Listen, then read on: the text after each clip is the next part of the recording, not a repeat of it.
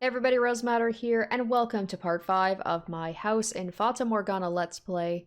In the last episode, we wrapped up the second door, and man oh man, what a twist. The true identity of the beast, and the tragic end of Pauline, who... she just wanted to find her lover, and unfortunately it was like a monkey's paw wish. She found what she wanted, and it just ended so badly for her. It was quite the ending. So now we are moving forward. We're going forward in time. I'm assuming we are going to be encountering the white-haired girl yet again. How she is going to appear in this one, we'll just have to see. Let's get back into this and let's see what happens next.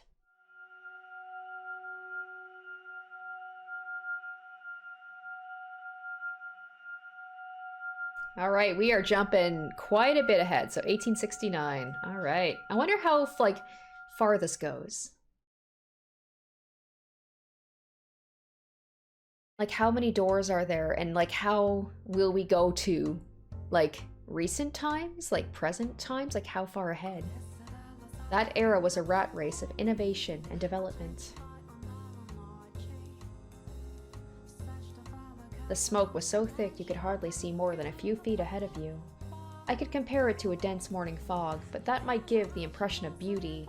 There was little of that to be found in this haze. You see the silhouettes of several men in the smoky room? The one in the middle, the one looking in your direction, Master, was the present master of the house. Jacopo. Jacopo?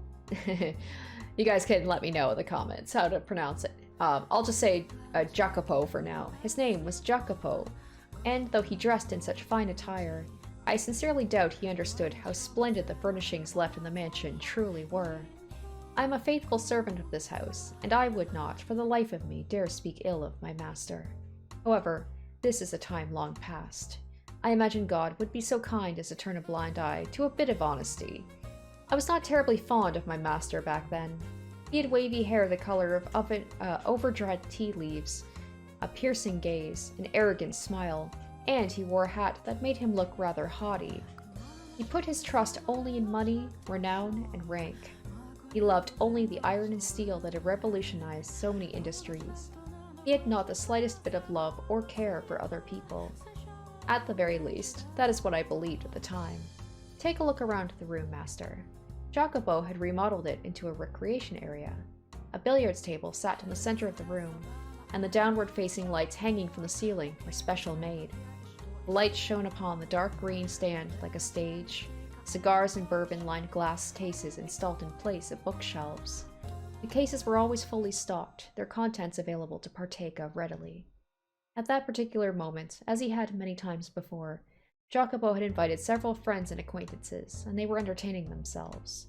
His wealthy, high-ranking acquaintances had a variety of hair colors, from polished brass to the brown of a baby robin to the color of sunburnt wheat. There is also much greater variation in skin tone compared to the visitors and residents of previous eras. The story really puts a lot of emphasis on people's hair color and skin color. But that was hardly any surprise, for the mansion sat upon land inhabited largely by immigrants. The New World. What's the matter? What are you looking at? Nothing, I just thought I heard someone say my name. Ain't no one there lest you seen a ghost. I don't believe in such nonsense. It's an old house with a long history. Wouldn't be surprised if it had a ghost or two. But if the place is gonna be haunted, I'd take a princess over a bloody broad any day. A princess, eh? And when she shows up, you'd have your way with this ghost lady, am I right? Color me impressed, son. You jump her bones and she don't even got any to jump. Come on now, that's hardly fair. Not much you can even do with a ghost. My God, are you men or children?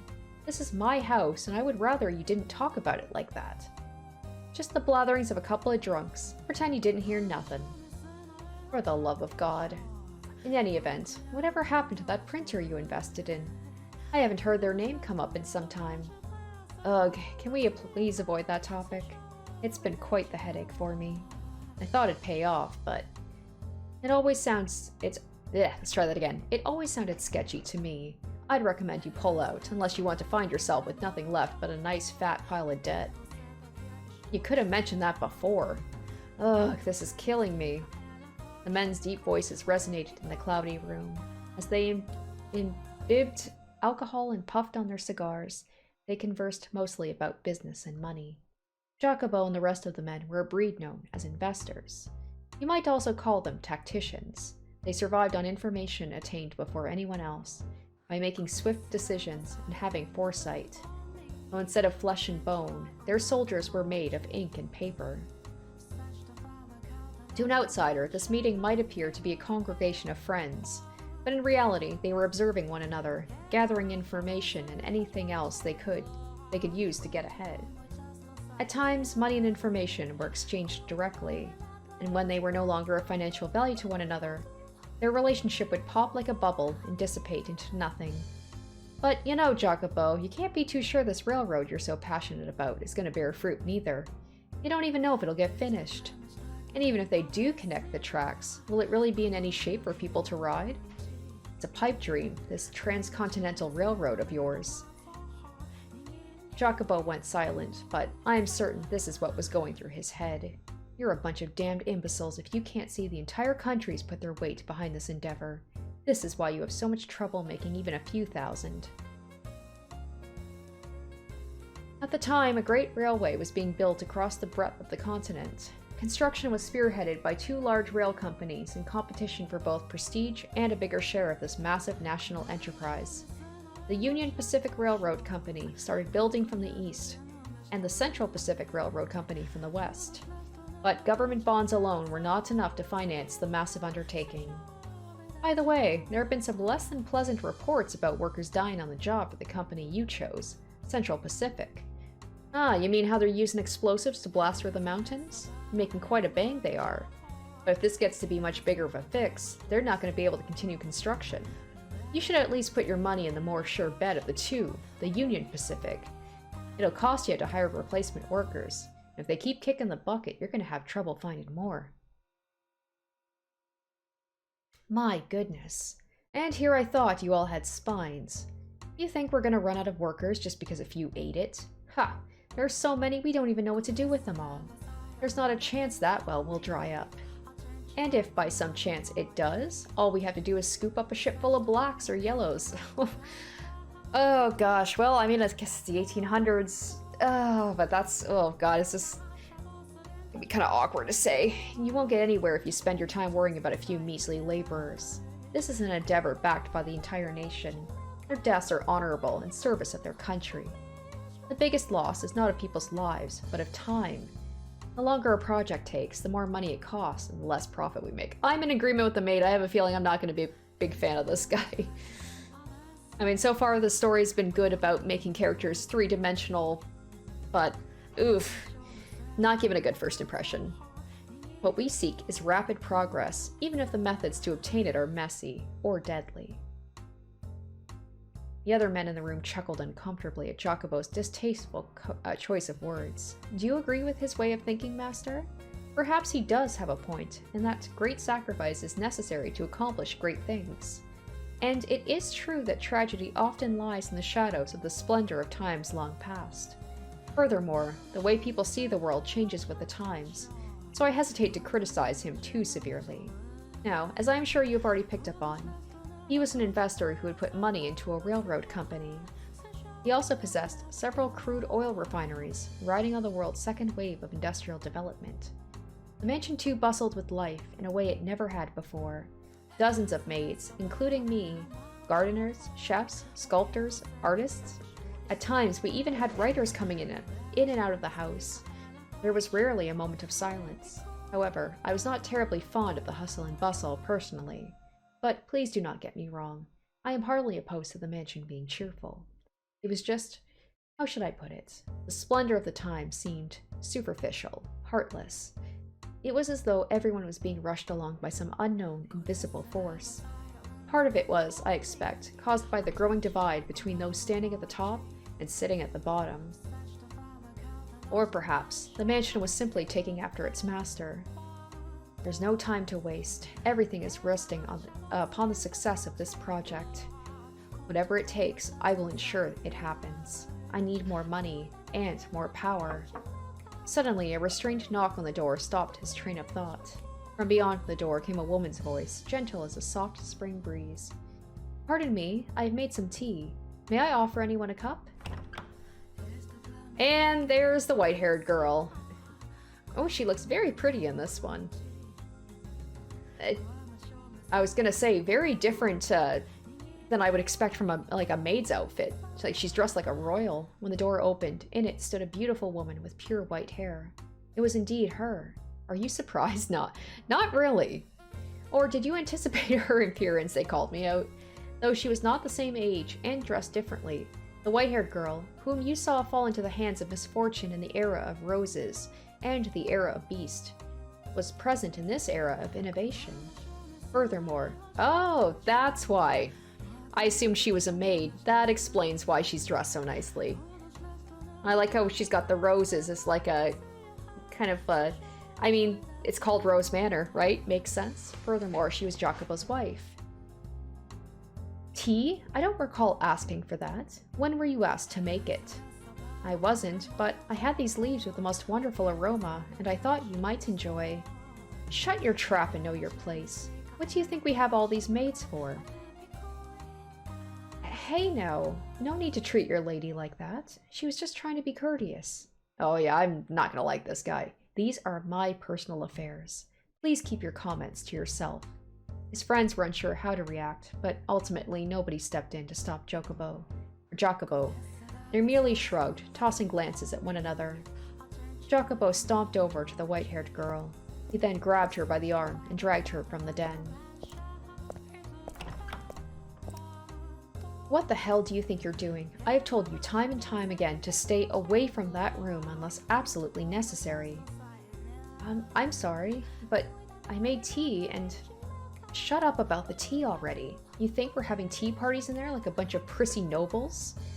I'm sorry. If you really feel so bad, don't go in there in the first place. Get the hell back to your room. I meant no harm. It's just, I'm your wife.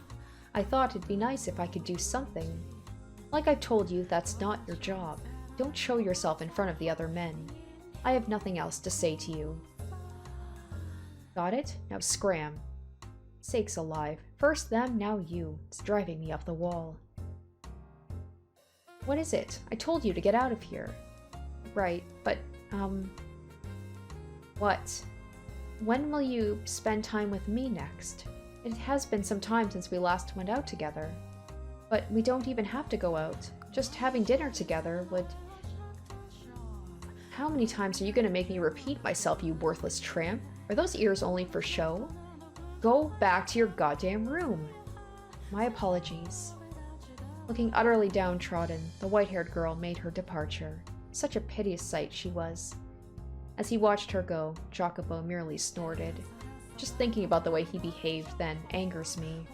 I have little fondness for men who do not treat their spouses with respect. So as you can see, the white-haired girl was hardly... Try that again. The white-haired girl was in hardly a joyous situation. She was devoted to Jacopo and tried to do whatever she could for him. But he not only brushed her aside, he did so in an insulting, deliberately hurtful manner. They were far from picturesque partners. Do you wonder then, Master, why she married him?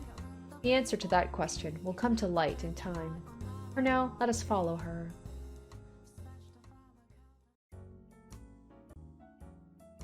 Looking down dejectedly at the undrunken tea, the white-haired girl walked alone down the corridor. Though its calming scent filled the air, there was nobody around to have their heart warmed by it. Nor was there anyone to alleviate her loneliness. Despite being the master's wife, the maids who crossed her path in the halls said nary a word to her. As a matter of fact... Oh dear, I beg your pardon, madam. Ah, it's fine. One even bumped into her, stifling a laugh as she trotted off. In all likelihood, she had done it intentionally. The poor white-haired girl, who had fallen to the floor, stared helplessly at the broken cups. The tea she had made for her husband was forming a stain in the carpet. The maid's behavior towards the mistress of the house was absolutely unacceptable. Nonetheless, it was commonplace, all because of the way Jacopo treated her. The more the man of the house acted cruel to her, the less weight her position as his wife held to the servants. Day in and day out, the maids worked busily, offered little opportunity for leisure, so they would naturally have accumulated quite a bit of stress, and she became the target for them to let off this steam. Not directly, but through a more subdued kind of harassment from the shadows. She must have felt quite miserable. I imagine she would have been better off as one of the maids. Onto the surf egg, maybe call back to the first one where she was a maid.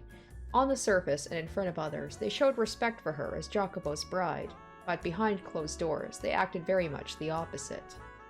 The disparity between the treatment she received around others, the treatment she was supposed to receive at all times, and the way she was actually treated made the abuse that much worse. And furthermore, as you have seen through the other door's master, she was a very reserved young woman. She could neither raise her voice in reprimand nor raise her hand in retaliation. I have to get this cleaned up. She extended her spindly fingers towards the shards of shattered porcelain. Ah, but even the broken cup seemed to have no concern to spare for her. Its shattered edge cut her fingertip when she made to pick it up. A trickle of warm red blood ran across her unearthly white skin. As painful a sight as it was, it had a sort of taboo beauty to it. The blood spilling from her finger showed no signs of slowing down. She clenched her hand into a fist, let out a sigh, and went back to collecting the shards of porcelain. But when she did... Madam, madam, what's the matter? Madam, you're bleeding. While all the other maids ignored her, one came running over, shouting, to the white-haired girl's side. So, Maria or Maria, maybe because of Umaneko I want to call her Maria, but I'm guessing it's probably Maria. Well, what about the, one of the maid who's telling this story? Did she treat the white-haired girl with disrespect as well? We need to get that cleaned and bandaged up. Oh, you don't need to pick that up. That's not your job, madam. It's all right, Maria. There's not much to pick up. It is not at all right. And the rest of you, why are you just standing there? Your boss's wife is on her hands and knees and you're not even lifting a finger to help her? You disgust me. Maria, it's fine, really. Oh, madam, if you weren't so timid, this wouldn't happen.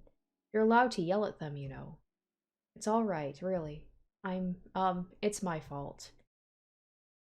Anyway, we should get that finger taken care of. Let's get you back to your room, okay? Oh, but the broken cups and the spill. As I said, that's the maid's work. Now come on, let's go. Okay.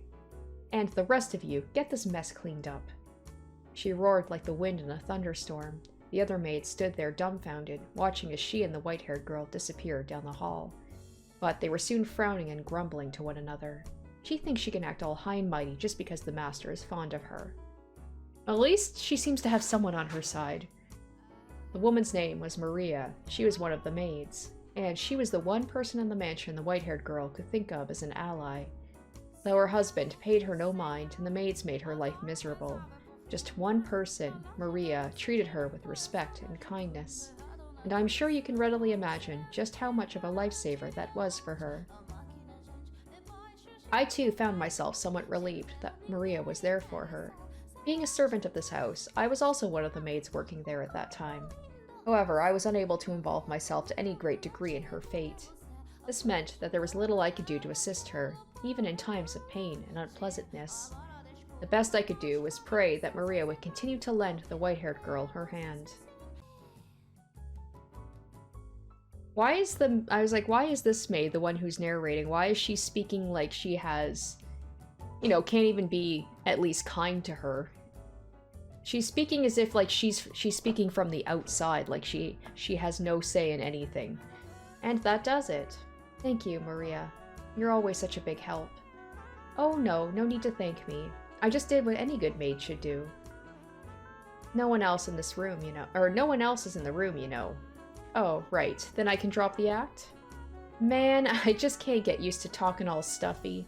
I'm out there doing my best, but the head maid's still spouting stuff like, your manner of speaking is improper for a servant. Every single time we meet. Yeesh, come on, just shove it, would ya? You're a damn creep.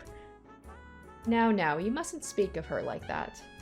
Sorry, slip of the tongue. She just kinda gives me the willies, Speaking of you drop the stuffy talk too, madam. Kinda awkward if only one of us is acting casual, This is normal for me. If I attempted to talk like you, I would freeze up out of nervousness. This is my casual. Fair enough. I guess that's what happens when you're raised well. I like it though. Has a very regal feel about it. I don't think my upbringing is the only factor. Ah, but you know, upbringing is important. Worth a whole lot more than money, I'd say. I suppose. Thank you, Maria. You're always so compassionate. You betcha. They don't call me the Virgin Mary for nothing. I practically bleed compassion. You know, that might be true. You very well could be the reincarnation of the Mother of God. No, no, no, no. You were supposed to laugh at that. It's just embarrassing if you take it seriously. Alone in the white-haired girl's room, Maria was acting much more friendly and relaxed as they conversed, as opposed to her no-nonsense attitude in the hallway. The two women were, as you can see, quite close. They had crossed over the wall separating master from servant and built a bond of friendship. And at some point, they had begun to speak frankly with one another when no one was around. Maria was the only person in the mansion around whom the white-haired girl felt comfortable being open. I imagine she very much enjoyed these moments of conversation. You wish to know who the head maid was?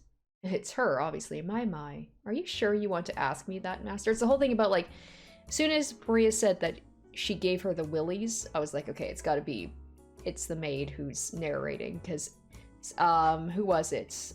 Mel said the same thing about how she kind of, like, scares him. Some questions are better left unasked, for your own good. I have to say, madam, you have the prettiest fingers. Mine are all rough and dry and nasty. You think so? Mine haven't the slightest bit of muscle. They're about as frail as dead branches. Oh, who needs beefy mitts anyway?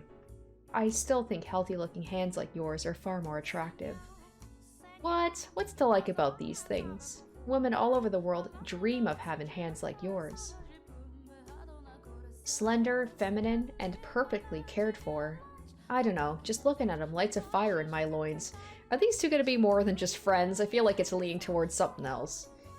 Ugh, makes me want to lick every last one of them. Okay, and then immediately I'm like, alright. Wow, that's definitely speaking more than just as friends. I guess you gotta have a real close relationship to be able to say stuff like that. Actually, say, can I lick them? Can I run my tongue up and down all 10 of those sweet little digits? Come on, can I? What do you say? Stop that, Maria. Seriously. I'm kidding. I'm just kidding. Are you? Are you, though? Oh, Maria. Everybody just seems to be drawn to this white-haired girl. Oh, right. How did those tea leaves turn out, madam? Like, I want to know, how did someone like Jacopo and someone like her end up together? Was it a situation where it was like a marriage of convenience and not love, obviously? Because they said that she had a good upbringing, so obviously she's of like a noble house or something. Can I say noble house? That seems so like older century than the 1800s. I don't know. How did the tea leaves turn out, madam? The ones you imported. All the maids just adore it. They can't get enough of that aroma. I'd sure like to get a taste of it. If you end up with extra, you think you could spare a sip of tea for me? That was, what was in the cups I dropped. What? Really? Well, ain't that a crying shame? And Jacopo wouldn't have any of it? God, why does that man have such a stick up his ass? You went through all the trouble of making it for him. I like this Maria girl. He was busy. It's not his fault. Busy? You mean playing billiards, drinking bourbon, and puffing a damn cigar? It may look to us like they're just making small talk, but I'm certain their meeting has some importance to their business. It was imprudent of me to try and step into the men's world. That's just not right. I mean, you're his wife. Why shouldn't you be allowed into the room? It doesn't bother me. You don't have to pretend. Here's an idea. How'd you like to have some of that tea now? We also have some orange marmalade, which you like so much. Add a scoop of that and a tray of cookies, and we have the perfect tea time. You're singing the siren song, madam, but you really should be doing that with him. He would not have tea. I suspect he does not like it. I don't want it to go to waste, so... Madam, I know it's none of my business, and I have no place at all saying this, but it's not impossible for a woman to file a divorce these days. She's like, run off with me. You don't have to sit down and take it, not one bit. You're pretty, well-educated, and still young. There's hope, even if you do leave him. There are plenty of other men out there. You aren't obligated to stick with that arrogant jerk. He's just very busy right now. There you go again. I do like the, I think I like the white-haired girl best from the second door so far, because she was, like, still delicate, but she was more assured of herself. She was a little bit more forceful. She was still, like, you know, very caring and everything, but she wasn't such a doormat. There was a time when he was kind. Eh? He wasn't like this when we first met. Back then, he was a little awkward, but a kind man. Him? A kind man? Yes, believe it or not. There was indeed a time. Say, Maria, would you mind giving me a little bit more of your time? I'll make some tea and we can talk. Alright, if you're telling me about when Jacopo was decent, I'm all ears. Indeed. Alright, so we're gonna get the backstory of how they met. As I'm sure you're aware, our parents arranged our marriage. Before I immigrated to this country to be married, I lived in a misty island nation. Portraits of my ancestors hung in the house where I lived. I remember as a child wincing in fear at the sight of them staring down at me. My mother and father were constantly telling me to show them respect, as it was their hard work that kept our bloodline alive and well. However, they were fighting an uphill battle to do the same.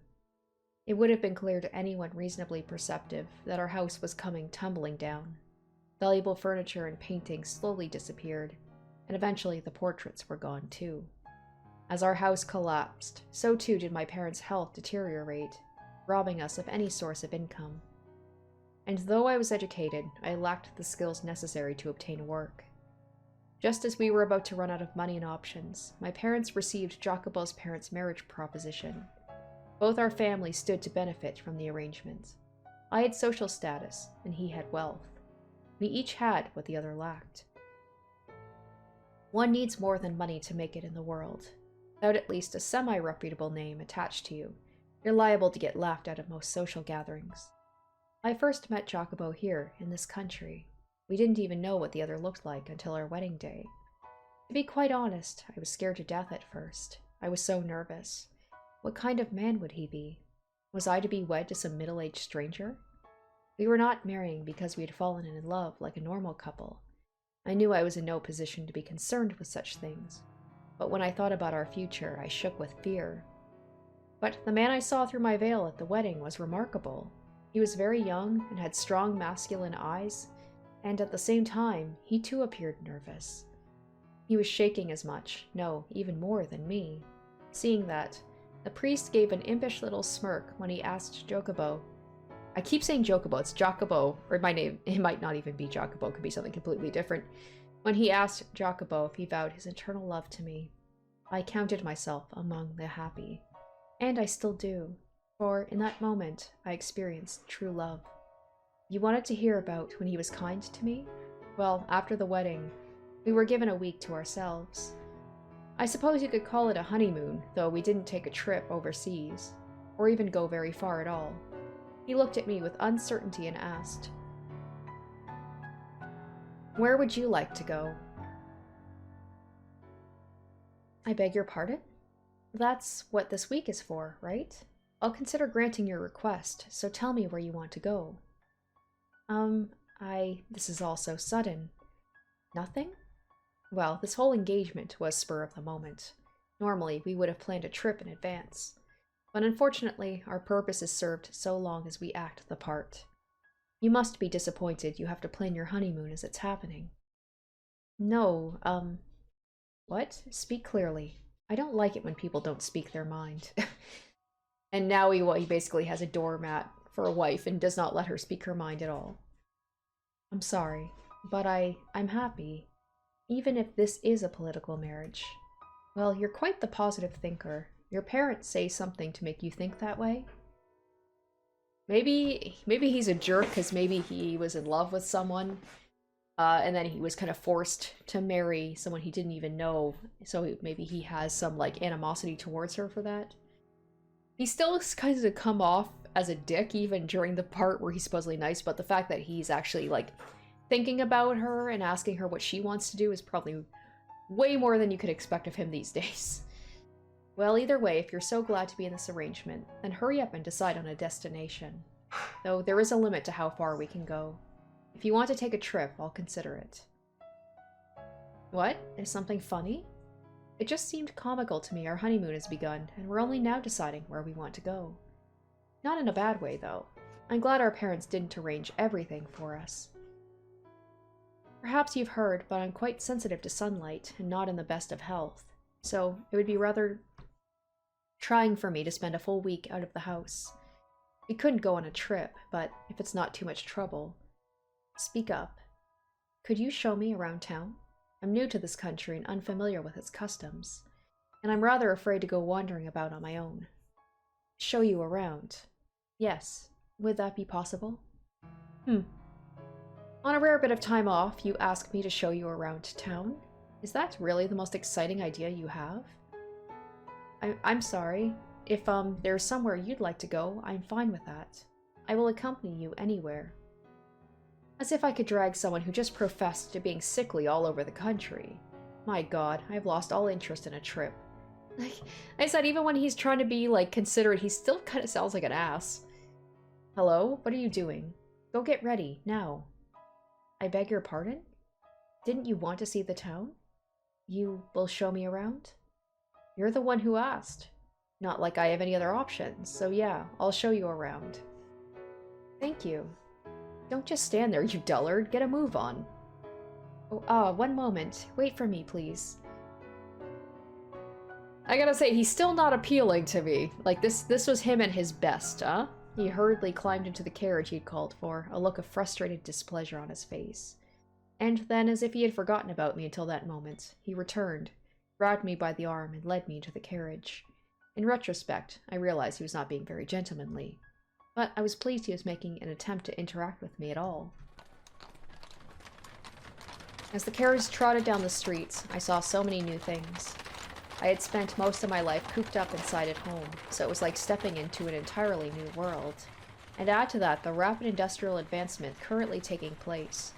I saw men shouting back and forth as they smacked newspaper articles with the back of their hands. I saw corner cafes crowded with cigar-smoking men on break from work. It was like the hustle and bustle of a festival. But every festival has its underside. I also saw overworked men, looking like they were on the verge of collapse, drinking water from a spigot on the side of the road. By way of contrast, I wore fine clothing and had a carriage at my disposal. I imagine every day was a struggle for them just to remain afloat. Had I not married the man I had, I too might have found myself on the streets in a similar situation. But it was not relief that spread through my breast at the sight of them. It was pangs of guilt. It felt to me like the life of opulence was wrong, sinful. It broke my heart to know I was living so much better than them. Jacopo snorted disapprovingly at me, seemingly reading my mind, and said, "The poor man who envies the rich, covets his wealth, and finds the ambition to make the same for himself, and the rich man who pities the poor, thinking it his duty to give them offerings of philanthropy. To me, the latter is the far more nefarious. Excessive charity will ruin a man, make him come to expect handouts. And then there are those with the wrong idea of pity, who let themselves fall down to the same place, mistakenly believing it will somehow make the poor feel better. What a joke. If you're going to do anything for them, you might as well encourage them to climb upward. Spur on economic growth and the flow of capital. Doesn't that sound like the better option?" I say nothing, simply smiling and giving an ambiguous nod. He had a point. My sympathy and guilt meant nothing to people actually experiencing hardship. If feeling guilty of my own fortune, I acted upon that pity in the way he had described, it would accomplish little more than self-satisfaction. He seemed to have seen straight through to my very core. This was a man who had built his own fortune through investment, which I imagine required him to be rather astute. But doesn't a world where everyone is constantly trying to climb higher and higher sound rather exhausting? I personally would prefer to be in a position where I could watch, if only from a distance, as others climbed. But obviously, I could not say as much to him. Some time later, the carriage came to a stop in front of a shop. The As I looked at the building perplexedly, he gestured to the door with his chin, signaling for me to get out. Lost and confused, I stepped down from the carriage, and before me spread a showcase behind a large glass window. However, lined up in the case was not precious metals or expensive clothing, but machines. At first, I had no idea what kind of devices they were.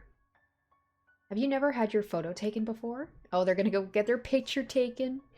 No, I have had a portrait painted, though.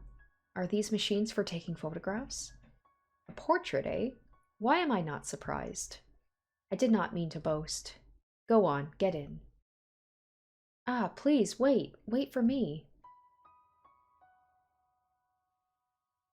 The owner came out to greet us with a wide smile as we entered the shop. Well, if it ain't the strangest thing I've seen all day. You bringing a lady, and a real looker at that. Where on earth you catch this pretty little thing? She's my wife. Huh. Well, I beg your pardon. I'll be a monkey's uncle. Just goes to show you never know where the cards may fall. You make it sound like my getting married is some kind of miracle. I always saw you as one to choose money over love, sir. Oh, pardon me. This isn't appropriate to say in front of your wife. Do you often come to this shop? On occasion. I need some things here from time to time. I see. There you go smirking again. What's so funny? We're going to have our photo taken, yes? I'm so nervous and excited. I've never had one before. And to have it taken side by side with you. What are you talking about? Pardon? Who said we were getting our pictures taken? Oh, I guess I expected too much of him. And side by side? Please. You're sending shivers down my spine. I just like this whole thing where this is her telling Maria about the time he was kind, and she's probably like, really? I don't see it. This was him at his best, huh? But this is a photography shop. Hey, shopkeep, the product I contacted you about. Is it ready? Oh, yup. Sit tight. I'll be right out. Maybe he did. Maybe he saw how upset she was, and maybe he's just like, ah, fine, we'll take a picture together. And to her, that was like the best thing ever. She's obviously, she's easily pleased, if that's the case. You take a seat. There's a chair over there. So I love how she basically is just accompanying him on his errands, and this is their honeymoon. What? I'm going to show you something much more exciting than sitting still and waiting in front of a camera lens. Oh? Just do as I say. Okay. I sat down in front of a large mirror, which I presume was normally used to check your appearance before having your picture taken. Sitting before a mirror with someone else present was quite nerve-wracking. Out of embarrassment, I dropped my gaze to my knees. But when Jacopo returned, I was entranced by the curious object in his hands.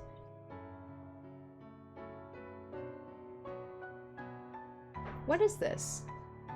Do you know what a persistence of vision is? The human eye does not perceive the world 100% accurately. This is especially true for objects in motion. It remembers images for a short time, so if you put a new image in the same place, your eyes perceive it as in motion. Seeing for yourself will be faster than explaining it. You see the slits in the disc? Look through the bottom one and into the mirror. Okay, good, just like that. Bring your head in close. Here goes. Standing behind me, he slid a finger across the top of the peculiar toy, causing it to spin gracefully. And then...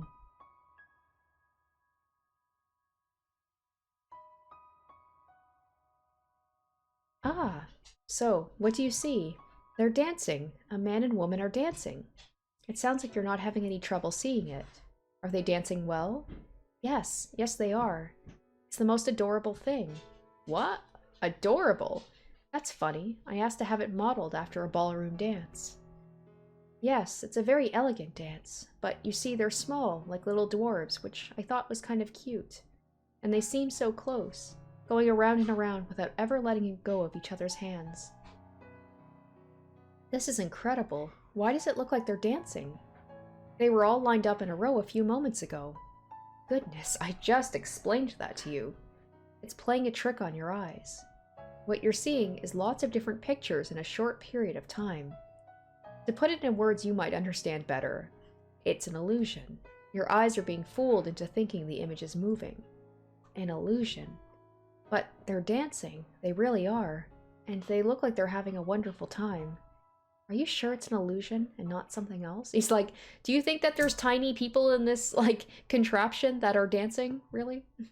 To me, it does not seem to be. I cannot see it as anything but two tiny people dancing. That's how it works. Reach out your hand and try to grab them. You won't be able to. You're right. That's a shame. I didn't think you actually would. But it's the most precious thing. They look as though they're dancing atop my palm. I was mesmerized by the strange phenomenon. Pictures were moving, after all. Still images had begun dancing before me. It was almost as if God had breathed life into them. He had called it an illusion, but I could not grasp that. It was such an adorable, heartwarming sight. I imagined the two were living off in some other world, separate from our own. They looked so happy. I was almost certain they were off dancing in their joyous world, free from all the sorrow and loneliness and pain of this one. Eventually, the speed at which they danced began to slow, as if they were resting their legs. I almost thought I could hear the sound of their feet with each step.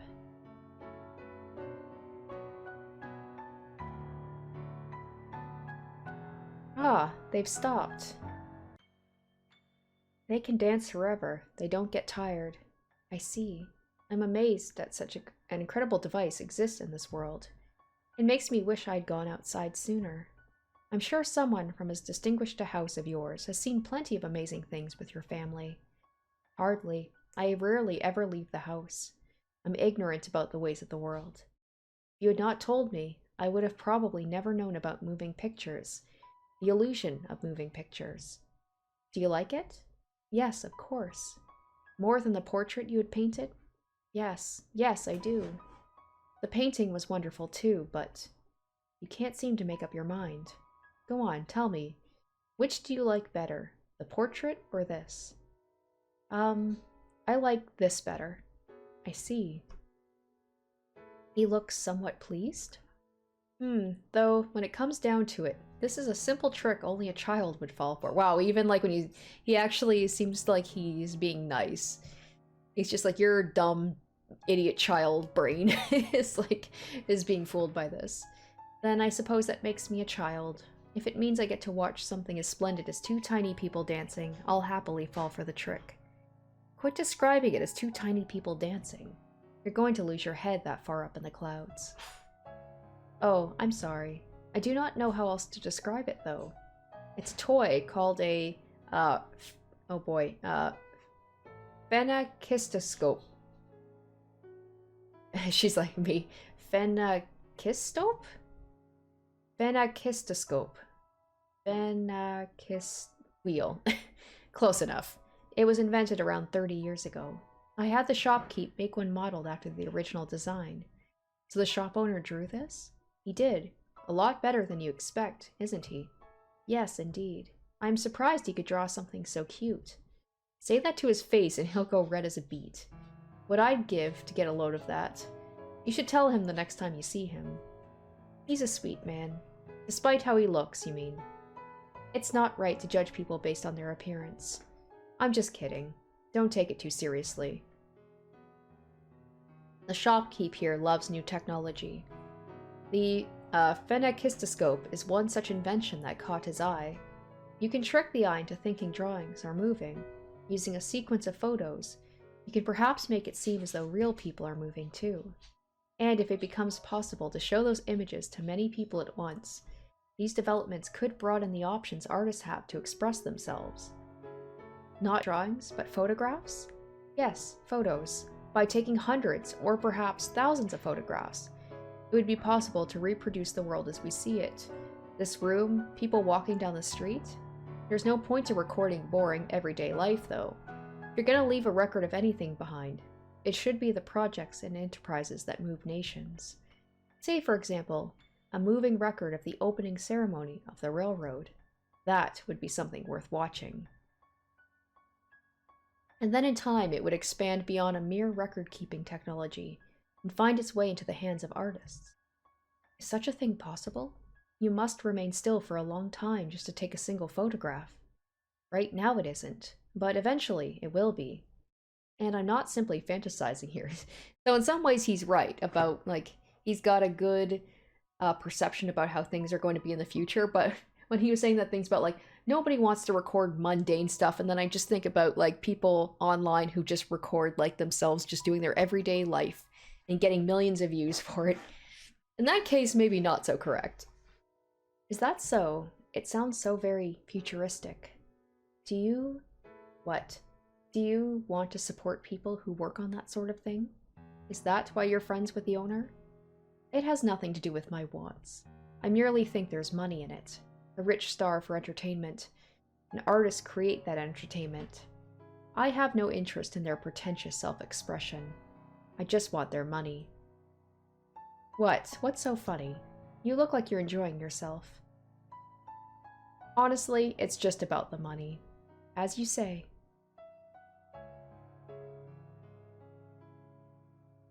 Alright, let's get moving. Next is dinner. What? We're leaving already? Does that displease you? No, not at all. To tell you the truth, I wanted to spend a little more time playing with the phenakistoscope wheel, but I could not bring myself to say as much. Reluctantly, I approached the owner to return the wheel. Don't bother. Bring it with you. What? But if you don't want it, that's fine too. Just make your decision quickly. You're making the driver wait. Having said that, Jacopo exited the shop. I alternated between looking at his back and the phenakistoscope wheel, debating what I wanted to do. And then with a smile, the owner whispered to me, "You're allowed to keep it, really. Your husband out there has made it as a gift for you." For me? A little while back, he came to my shop asking if I could make a phenakistoscope. Now that about knocked me out of my chair. He's a man who almost never asks for favors. He's pretty damn brusque, and he's got a tongue sharp enough to cut steel, but he's not wicked to his core, I swear it. So please, ma'am, be a pillar of support for him. And then see where he is now. I would say there's probably not much niceness left to him. In that moment, the phenakistoscope wheel became a precious treasure to me. We had only just married days earlier, and yet he had commissioned it for me without even knowing what I looked like. I was filled with a warm, pleasant elation. I agreed with the owner. Jacopo was not a bad man. He merely had difficulty expressing himself. Hurrying back to the carriage, I gave him my deepest thanks. He glanced over at me for a moment, then turned back towards the window and muttered, "Yeah."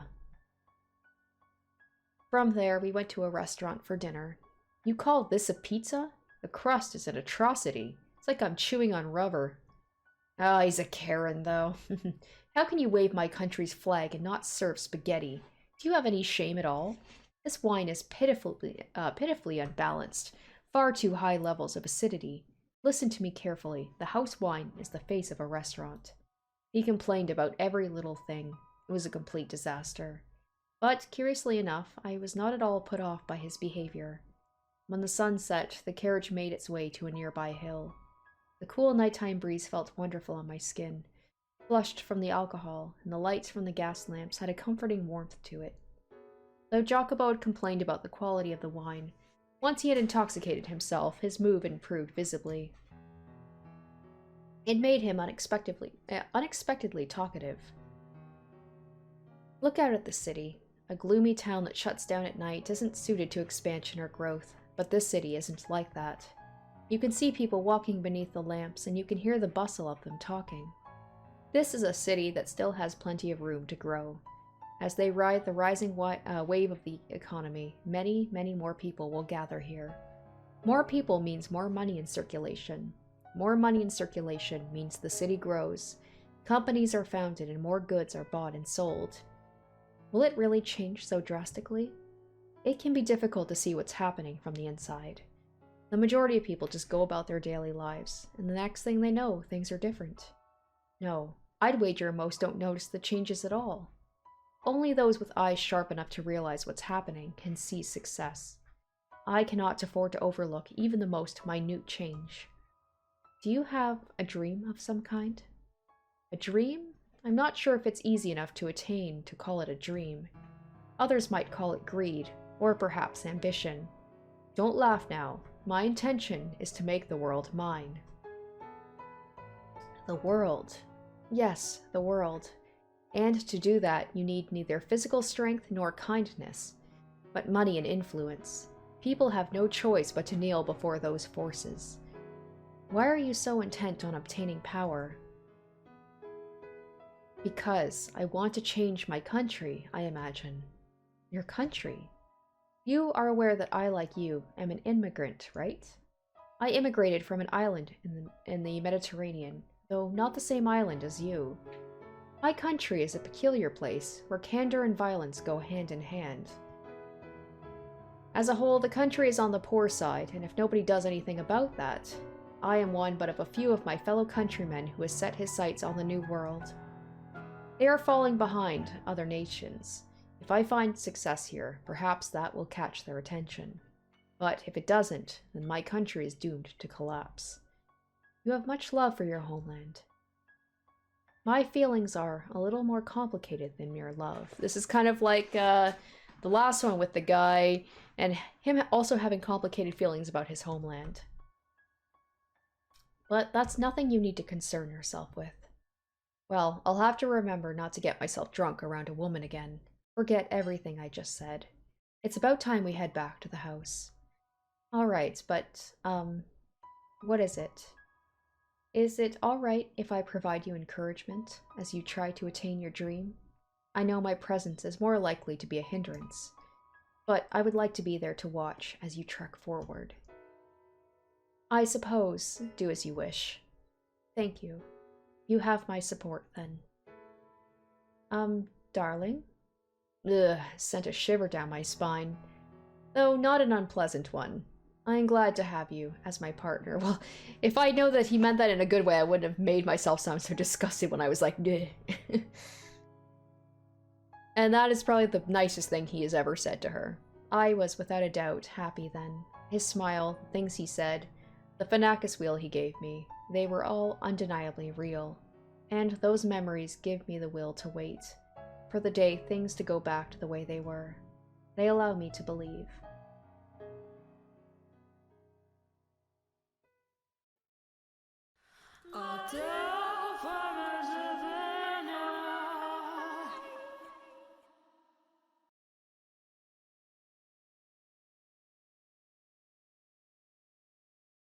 This is something that actually happened to another maid. She heard a sound in the middle of the night, a sound like dripping water. At first, she thought it was raining, so she looked through the window, and there wasn't a cloud in the sky to cover the stars. Maybe it's a faucet, she thought, so she stepped out of her room and into the corridor. Compared to her room, it was unearthly chilly. The maid regretted not bringing something to cover herself with. But that didn't make any sense. Normally, the temperature wasn't that much colder outside her room. Her night clothes had always been more than enough for a trip to the lavatory. Wondering what the reason could be, she made her way toward the sound. But then she realized something. There was no faucets in the direction she was going. Rather, she was headed towards a hall. The mansion where she served had many halls, but this one was off in a far corner of the house, the least used hall of them all. It had a high roof, but not a lot of space, so it was difficult to make good use of. It also had a somewhat heavy air to it, a very curious room. It was the kind of place you might assign someone to clean as part of their hazing. Anyway, when the maid realized the sound was coming from that particular hall, she, as you might expect, let out an uncomfortable sigh. But there might be a leak, and having noticed, she couldn't simply ignore it, you know? So, as much as she hesitated, she pushed open the doors to the hall. There was nobody there, and it didn't look like anything was leaking either. There were no puddles or water stains anywhere to be found, but she could still hear the sound, drip, drip, getting louder and louder. Slowly stepping further into the room, looking left, then right, then left again, she searched for the source of the sound, coming to a stop in the center of the hall. She stood there still, quiet, and then a chilly spot on the nape of her neck. With a little yelp, she reached back to feel her neck, but it wasn't wet. Confused, she slowly, warily tilted her head backward. Oh, and there hung a bloody skeleton from the ceiling. Well, there we go. Things are escalating now. Jacopo, gah! Ah, bwahaha, that's rich. Amazing. Oh my god, you scream like a little girl. Maria, you little... My god, are you men or children? This is my house, and I would rather you didn't talk about it like that. Whose words were those again? Shut your mouth. How do you know about that? Were you eavesdropping? And another thing, I do not care for the sort of stupid, fantastical tales you women so love to pass around. Because they scare you? You've never been able to handle anything scary, Jacopo. Gotta be something about this Maria person, because the maids did say, like, oh, she basically, like, the master is fond of her, because I doubt he would let any other maid speak to his face like that. Whoa, don't glare at me like that. You're gonna destroy my sides. So, did you come here for the sole purpose of telling me that cheap tripe? Acting tough after the fact just makes you look twice as much of a wuss. Well, I mean, I did make up a good half of it, but the maid really did hear a sound in the middle of the night. And it came from the back hall of this very mansion. Did you know they say it used to be a chapel? Again, I have no interest in your woman's little ghost stories. Is that so? You sure you're not just scared? Maria. Well, that said, the rumors aren't completely unfounded. This is a pretty old mansion, and it's had a lot of work done on it. Kind of feels like it's barely holding itself together. Like a big old quilt with pieces from all different time periods. The back hall is one of the oldest patches. There's a huge window on the far end, and supposedly there used to be stained glass in it. It was a depiction of an archangel, they say. Such a shame, I wonder when it was broken. If it were still there, I bet it'd be worth a fortune. I find that hard to believe. First of all, why would anyone put a chapel inside a mansion? You've got a point, I guess. Now, how about you do some actual work instead of distracting yourself with all this nonsense? I do work, but the other maids can be a bit nasty, you know? Dealing with other women is like walking on glass. Am I to blame for that? What if I said you were... Damn, she just called him out. Don't give me that look. They're just not fond of me. Simple as that. Nothing you can do about it. Is that so? He actually looks a little upset about that. Oh yeah, I was talking to the madam, and she was telling me you used to be quite the gentleman. Were you perhaps actually in love back then? You sure don't act like it, so it's easy to miss, but I guess you're not made entirely out of steel. Just like when you were younger, you're still...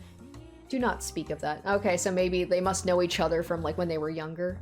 Maybe he, like, gave her a job if she fell on hard times. Maybe they're, like, friends.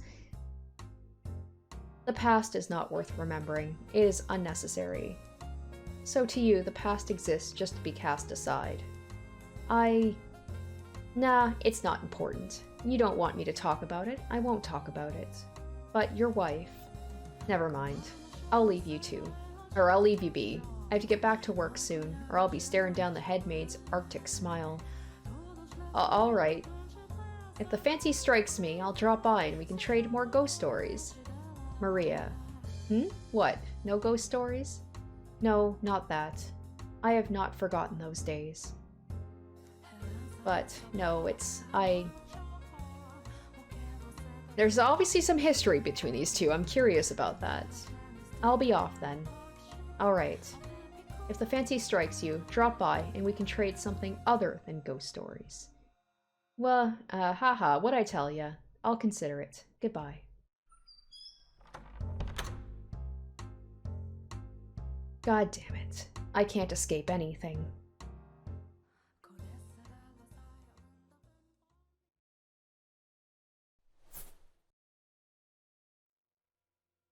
Ah, they've grown to be so beautiful. Such a wonderful fragrance. The scent of roses is so calming. Okay, so the rose garden is back. That's another thing, Rose Manor, right? This is... Well, I don't know if it's called Rose Manor anymore, but the roses are a reoccurring theme, hence the roses in her hair. I wonder why that is. Would it cause any trouble if I picked one? And there's the maid. Well, hello there. Out for a midnight stroll, are you? Quite the peculiar hobby. Madam? I cannot spend as much time as I would like outside during the day, so I end up coming out at night. I apologize if I startled you. Oh, no, not at all. There is a chilling, captivating beauty to the sight of your snow-white form standing there in the moonlit garden. I would hardly, what are you doing out so late? I saw a figure through the window. On the slight chance it might be a burglar, I thought it my responsibility to ensure they did not break in. It was also the middle of the night when the grocer's servant broke into their safe. News of that spread quite far. I'm sure you would have heard about it. Oh, but Gamache was imprisoned some time ago. Dear me, cannot seem to get my head out of the past. Do you intend to give that white rose to someone? Yes. I was thinking about giving it to my husband. I wonder if it's going to turn red again like last time. While I expect he has little fondness for such feminine tastes, the scent of flowers has a truly calming effect. He might find it relaxing when he needs a reprieve from his work. Yeah, if he thought tea was too girly, I don't think he's going to be taking flowers. Oh, is that so? You are very kind-hearted. Speaking of white roses, the rose he meant to give you was the same shade of white. Oh? He? But when you touched it, it turned a deep shade of red. So she's talking about Mel, right? She's got to be talking about... Right? That was with Mel. That was the first door. So she's talking about... So she knows that this white-haired girl has been here in the past in, like, a different timeline. So strange. Yes, okay. I wonder if the maid's going to mention the second door at all. There was but a single white rose in the garden, so he was unable to give it to you as he had wished. In its place, he had a decorative rose fashioned for you. What exactly are you referring to? Oh dear, do you not remember?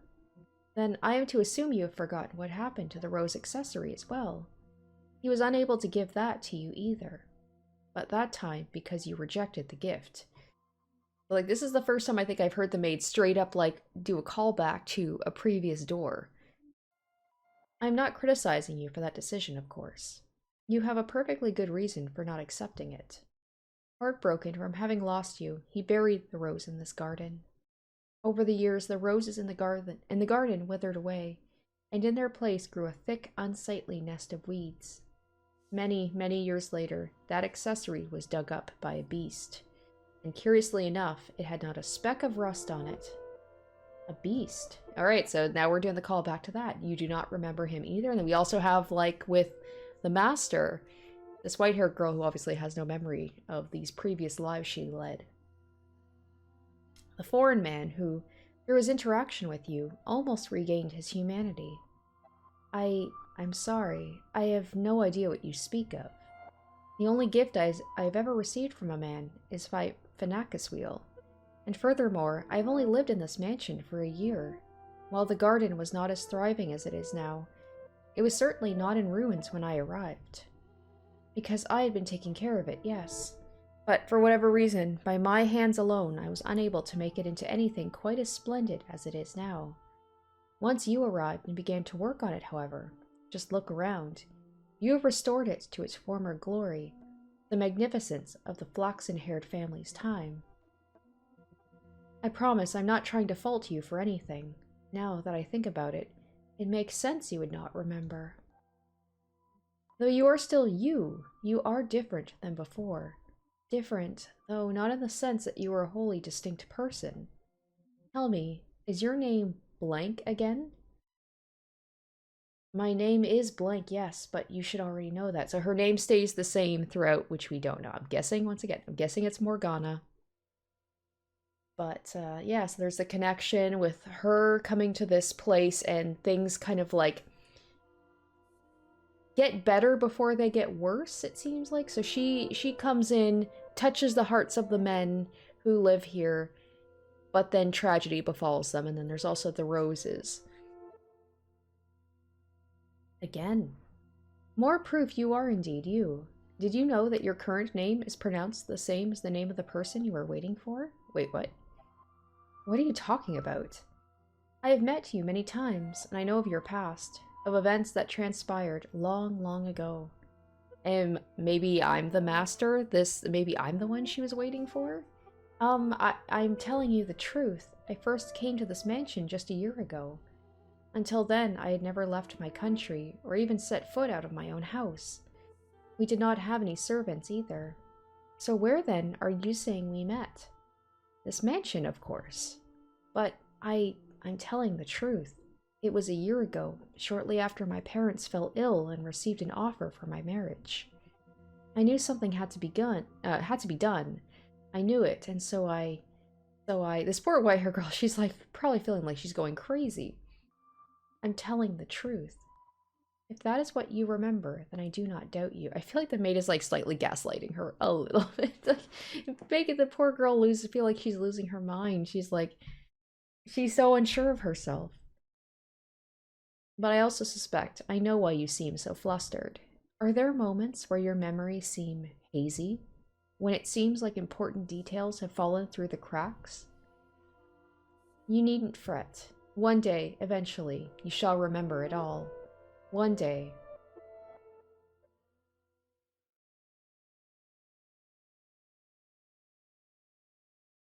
What the hell is this? A white rose. Did she leave this here? A flower. What does she think she's doing? Is she trying to aggravate me? That garden, that damn rose garden, is the whole problem. Flowers serve no purpose but to deceive. That garden is a sign of weakness. It has no place in this house. Oh gosh, I hope he's not gonna, like, tear it all up or something. Approximately a week had passed since then. The white-haired girl was, as usual, spending her time in her room reading, staying inside the house. Then, Maria barged in. Madam! Madam!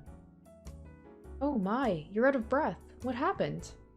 What happened is we have a big problem. The garden. Oh no, I'm right. The rose garden. The garden? All the roses you put so much love and care into growing are being chopped down. We'll lose them if we don't hurry. Jacopo's such an asshole, man. And this took place in the span of a year. He went from being, like, still a bit of an asshole, but, like, you could tell he had a softer side to, like, he's cutting down all the flowers that, like, his wife, like, this is the one thing she seems to deprive some, like, pride and comfort and love for. Upon hearing the news, the white-haired girl dashed from her room and toward the garden, with Maria following close behind. I know the white-haired girl's not gonna, like, read him the right act, but I hope Maria will in her place. When she arrived, she saw a dozen or so sweaty, rugged men at work, Jacopo shouting orders. The men clearly had no concept of how much a single flower was worth, no concern whatsoever for their beauty, for they mercilessly, thoughtlessly hacked away at the shrubs like they were naught but weeds. As someone who has a hard time growing plants and keeping them alive, this hurts my soul. Each flower they tore from the earth extinguished another of the many lives the white-haired girl had put so much time and effort into tending for. Jacopo, what are you... Oh, hello, Maria. I didn't expect you would come with her. Why would you do... Why? Why, it goes without saying. This house has no need of a garden. Damn flowers have no place here. Might as well do something worthwhile with the soil. A miniature railroad would be a better use of the space, and certainly a great deal easier on the eyes. I could even get my hands on some genuine wheels. The same wheels being used on the revolutionary transcontinental railroad. 10 or 20 years down the line, they'll be worth a fortune. Jacopo. You know how much this garden meant to me, don't you? Did it honestly have no place here? I'm glad she's speaking up. Flowers have a calming effect on people. They give you peace. They are not, by any means, worthless. She actually looks kind of pissed. So you're saying that White Rose was your passive-aggressive way of telling me to calm down? Not at all. I simply thought you... And he managed to turn it around on her. Wow. At the end of the day, you're just using them for your own purposes. To trick and deceive. To you, this rose garden was nothing but... Jacopo, you've gone too far. This isn't right. Gone too far? This is my mansion. What I do with my property is my business. With that rose arch out of the picture, we'll have a much better view. There won't be anything blocking the sun any longer. Weren't you supposed to be sensitive to sunlight? Spend too much time out here and you're liable to fall ill. Get back inside now. You too, Maria. The poor thing, though she did not say a word, was surely thinking, "Are you truly that determined to rob me of my sanctuary?"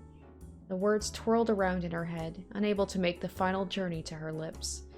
She stood there, looking down at her own feet as her husband marched off, and listened to the screams of the roses being reaped.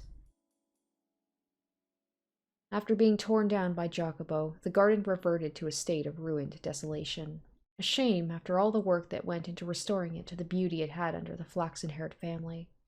And as Jacopo had said, in its place went scraps of metal, train wheels, prototype models, carbon rods. These items may have had value for him, but I certainly do not think it was worth robbing his wife of a place that made her feel comfortable just so he could store them there. It's like a very expensive version of just like having a junker car out on your front lawn. Besides, I was rather fond of the rose garden myself. The roses seemed to invoke a sense of nostalgia in me. I felt as though, somewhere far beyond the edge of my memories, I had seen another garden of roses, modest though it may have been, but I cannot remember when it was. Does that come as a surprise to you? I'm quite sure there are periods of the mansion's history of which I am not aware. But in any case, Jacopo had caused many people great pain in order to repurpose that garden for himself. And he continued to walk over his wife. Whenever she tried to do something kind for him, he would brush it off, saying, "That's not your place." He paid no mind whatsoever to the looks of dejection that rose to her face each time he rejected her.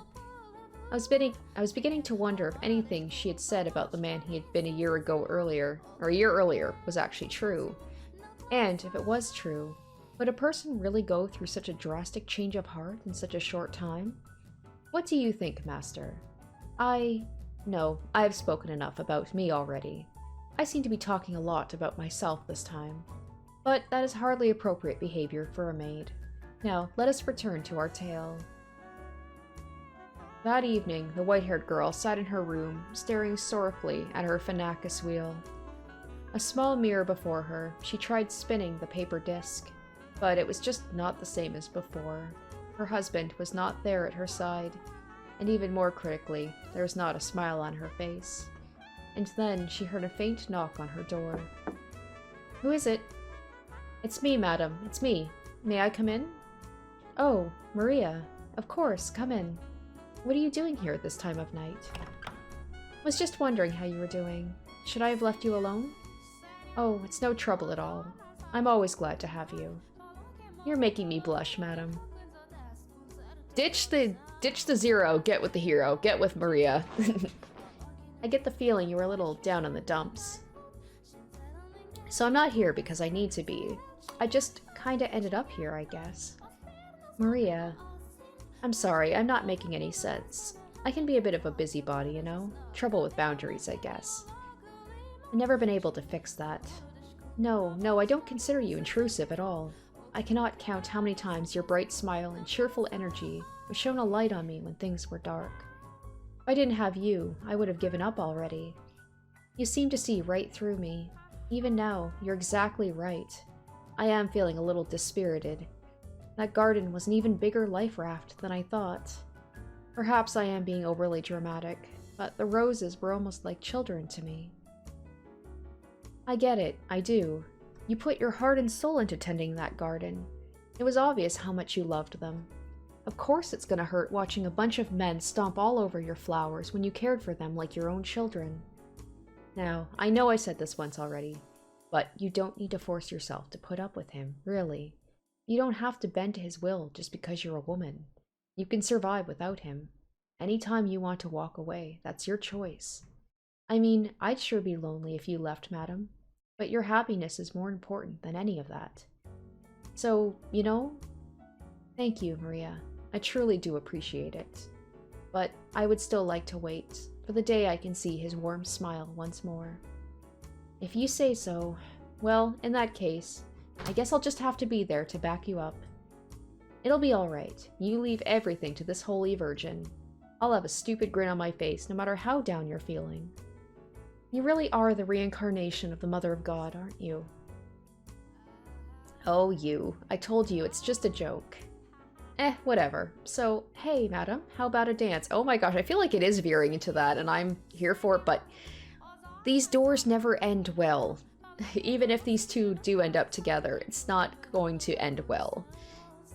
A dance? At this time of night? Yep, and since it's so late, no loud music. All you get is a little whistling, courtesy of me.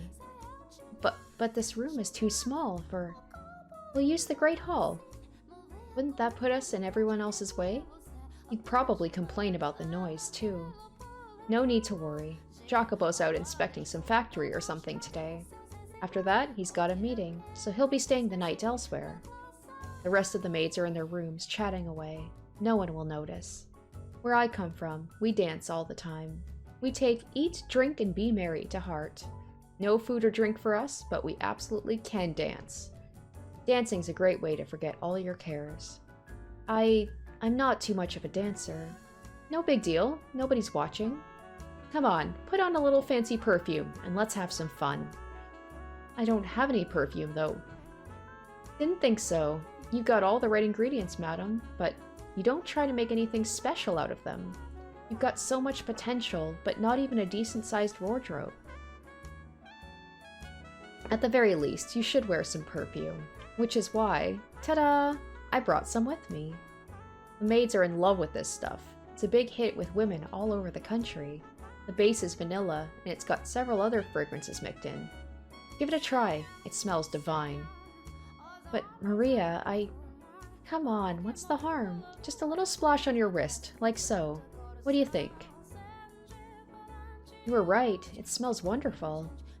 Doesn't it? So you like it? Yes, very much so. Excellent. Now, off we go, to the Great Hall. Are we really going to dance? You bet your butt we are. It's not healthy to hole up in your room all day. I know you can't handle a lot of sunlight, but you've still got to have some fun and move your body.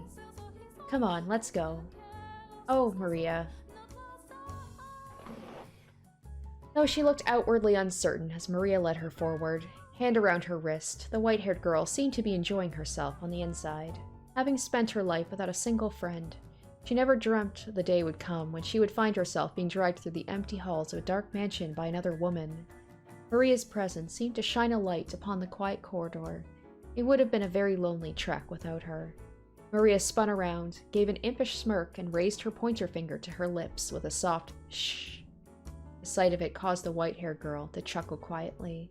The two of them, on their way to their secret, private ball, were like two adolescent girls. In short order, they arrived at the Great Hall. My heart was pounding all the way here. What's there to be nervous about? It's not like you're breaking any rules. Only kids get in trouble for staying up late. Once you've grown up, you're responsible for yourself. Hee hee. I'll say, though, it does seem rather odd for two women to dance together. Oh? If you're having a good time, what does it matter what's between your legs? Where I come from, there are dances where families lock arms in a big ring and go round in circles. She sounds... I don't know why, like, to me it just sounds like she's Irish, like an Irish jig or something, when she talks about, like, eat, drink, and be merry, everybody loves to dance and play music and stuff. So who says two girls can't have some fun together? I imagine you had many good moments with your family. Well, I don't have a family anymore. What? Alright, so I'll show you how it's done. Watch carefully, because you're up next. Okay. With a wide grin on her face, Maria began whistling softly and prancing across the floor with an energetic rhythm. It was not the kind of complicated dance you'd see at fancy parties. The motions were simple, flowing, unembellished. A folk dance, I suppose you might call it. She seemed to be improvising a little bit as well. But in any event, the white-haired girl was captivated. Despite it being a sequence of steps anyone could replicate, Maria breathed life into the dance. She was neither as lithe as an acrobat, nor as light on her feet as a professional dancer.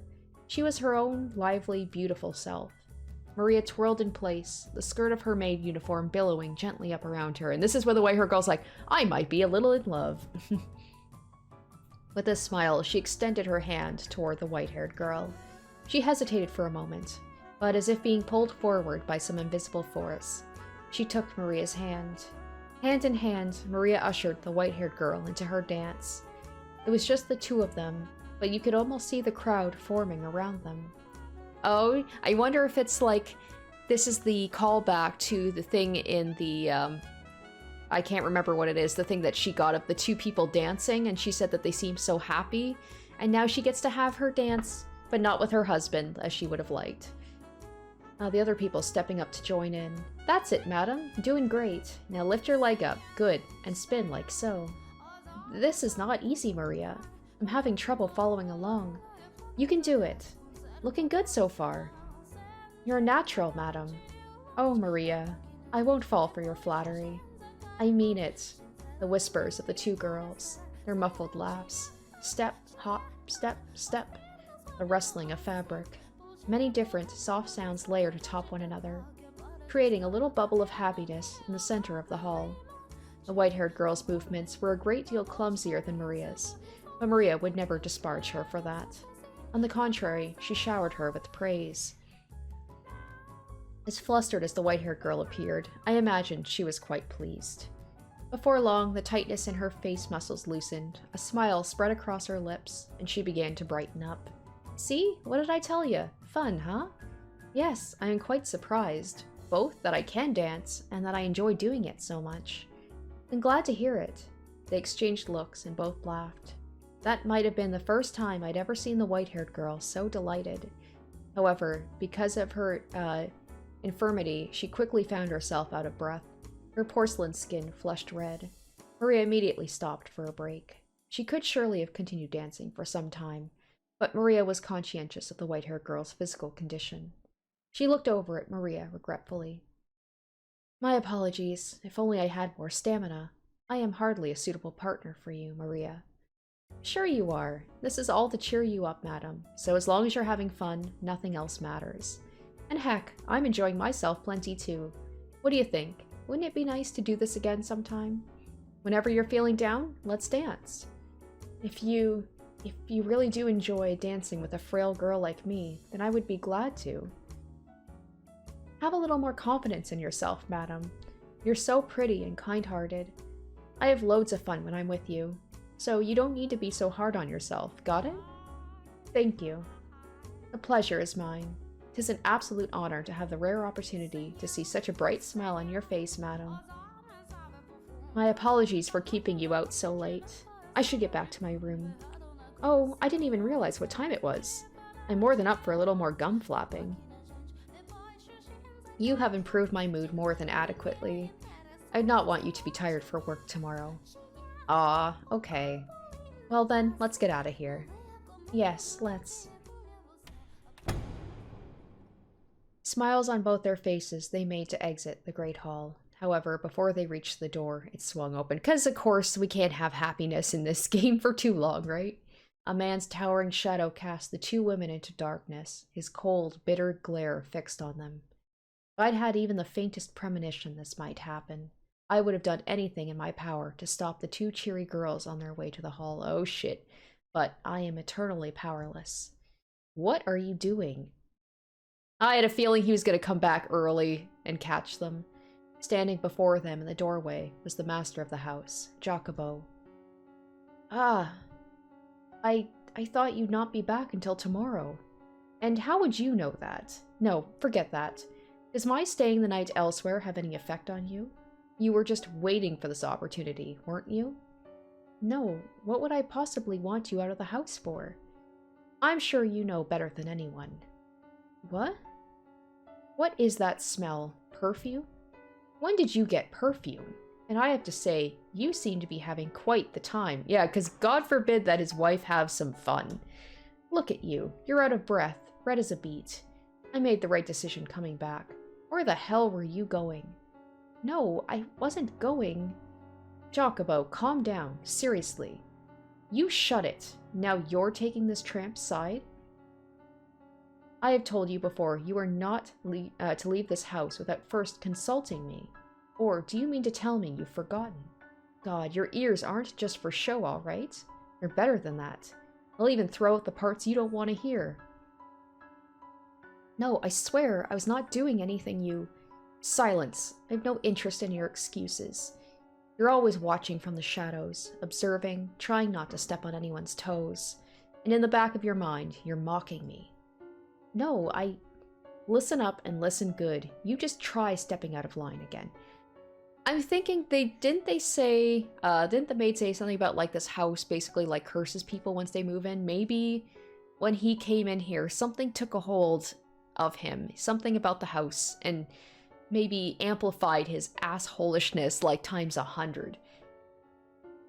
Because there has to be a reason for like him to just turn into like such a monster. You just try disgracing me again. Like, he seems paranoid where he's like, you're mocking me behind my back. It's like he has such a tight leash on her, right? Because he's paranoid about something. You will not get away with it. For the love of God, get back to your room now. You too, Maria. All right.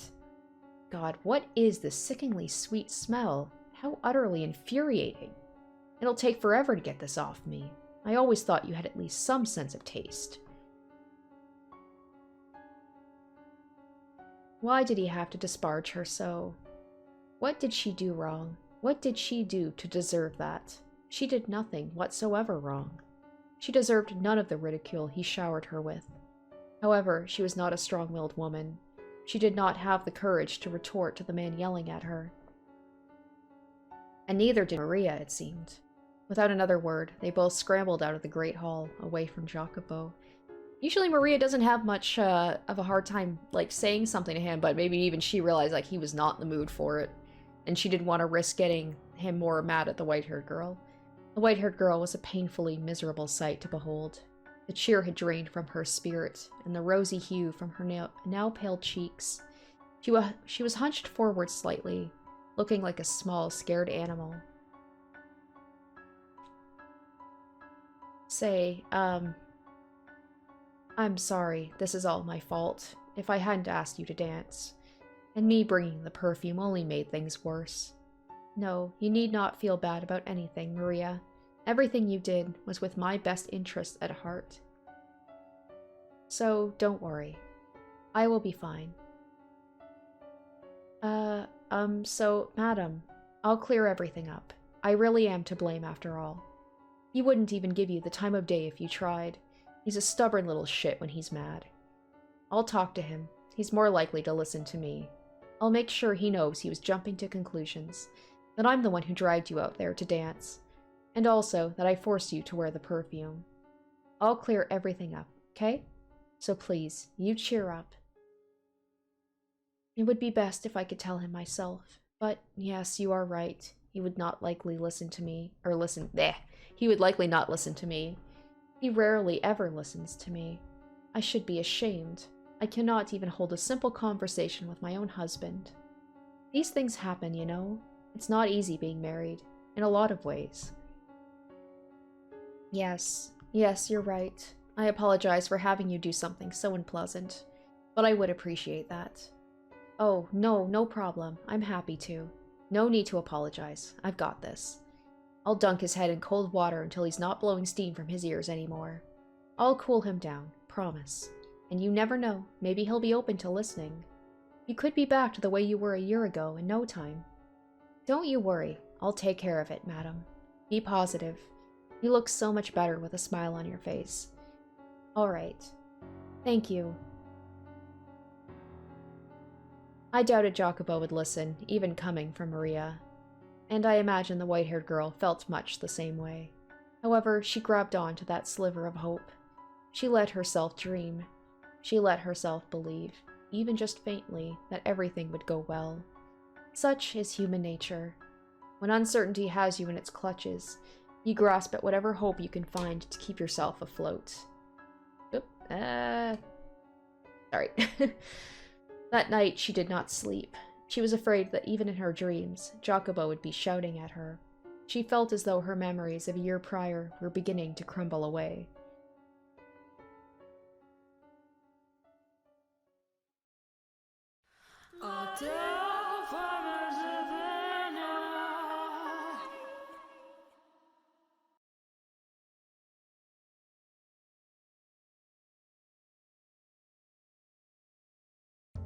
The next morning, Jacopo stood alone in the den by the billiards table. He appeared to be rather agitated. His face was twisted into a frown, his pointer finger tapping restlessly against the hard surface of the table. Evidently no longer able to stay in one place, he paced a circle around the table, and swiped up a rack and a cue, setting up a game of 9-ball. I am not intimately familiar with the ways by which men entertain themselves, but in truth, I was bewitched by the sight of him leaning over the table. It almost seemed as though a steel rod ran straight from his shoulder to the tip of his outstretched finger, upon which the cue was secured by another finger looped over it. With a smooth flowing motion, he thrust the cue forward slightly, pulling it back, and repeating the process once more, before ramming it into the cue ball, sending it rolling into the diamond of colored balls. A chorus of clicks and clacks emanated from the center of the room. Balls collided with one another and ricocheted off the cushioned walls, a few landing in the pocket situated around the edge of the table. Jacopo appeared to have accomplished this with little trouble, but I imagine merely striking the cue ball with the stick would be rather difficult for someone inexperienced. But despite his accomplishment, it seemed only to exasperate his agitation. "Lousy positioning," he muttered, though I hadn't the faintest idea of what he was talking about. What should have been a game for his enjoyment, he went about with a constant look of exasperation. I suspect he was using it as a way to blow off steam, and as a result, the tension in the air was palpable. I felt it would be improper to intrude upon him, even considering my distaste for the man. There was an undeniable beauty in every motion he made, every perfectly audible clack of billiard balls bouncing off one another. It was an enchanting sight. But then someone without the slightest regard or appreciation for beauty came marching in with a hammer to shatter it like glass. Gotta say, that was pretty impressive. A man leaned against the frame of the open door. He was neither a resident nor a worker of the mansion. The man's face was covered in scraggly stubble, his body draped in grime-caked garments. His eyes were sunken so deep it was as though he was looking at a fleshless skull, though there was a feral glimmer in them. Needless to say, he was not prim and proper. "How long have you been there?" Tommaso. Not long, but man, I can't help laughing. You were completely in your own world there. What do you want? And why didn't you send a maid for me? Don't be such a hard ass. We ain't strangers, man. Why should family have to go through the maids to see you? That just ain't right, brother. Your door should always be open for family. Enough. I'm not your family. We're bound by something even stronger than blood. By our family, our koska. Don't. You only ever bring up the koska when it's in your interest. Ooh, scary. Come on now. What happened to you, little Jack? Where'd the little boy who used to call me Uncle Tommy go? Don't you dare use that godforsaken name. Get the hell out of my sight. What in God's name are you doing here? The man hailed from the same country as Jacopo. They had a peculiar relationship. Though they were not blood-related, he referred to Jacopo as family. They came from a sunny island in the Mediterranean Sea, a place of many unique customs, and an entire underground society. Koska was a word that originated from and referred to those underworld families. It would be another 30 or so years before organizations like theirs received much public attention. At the time, they were not widely known. Are they talking about, like, the mafia? Because they're just, like, an underground family, organization. Just a short step into the future, and they would grow so powerful the very mention of them would send a chill through the room. Hey now, that's no way to talk to a fellow Berzati. You're on the short list to be the next capo famiglia. Plus, I think they say Mediterranean, but he's talking, I think is he Italian? Because he's talking about, like, when he was at that restaurant on, like, the honeymoon, he was talking about, like, you call this pizza? This is my, like, country's food, and you can't even make it properly. These words sound kind of like Italian to me. Capo famiglia. I can't say it. We respect our brothers. That's how we operate. I could go home and say you threw me out of your house. How do you like those rumors to spread? The soon-to-be Capo famiglia. Sorry guys, I am butchering these words. Wouldn't even listen to a little request. I very much doubt anything you say could damage my reputation. I ain't been exiled yet, and as long as I'm still one of them, they won't ignore me. Ooh, that's a mighty fine looking whiskey you got there. Don't mind if I do. Nothing here is for you to drink. Booze is my lifeblood, man. No love for a brother? You worthless leech. It surely won't be long before you find yourself in exile. If you're lucky enough to get off the hook with just exile, that is. A child could snap that scrawny neck of yours. If I'm gonna go, I'd rather go tied up, tortured for days, covered in tiny little cuts from head to toe. You sick bastard. You disgust me. Call me a carnal adventurer. I despise the mundane. Last thing I want is to go out like a wet fart. I kinda like this guy.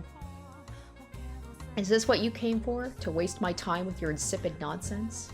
Oh, hardly. Surely you have an idea what I'm here for. And how much I need. Hee hee hee. You damn maggot. A worthless leech, a sick bastard, and a damned maggot. Hee hee. What other names you got up your sleeve for me? You son of a...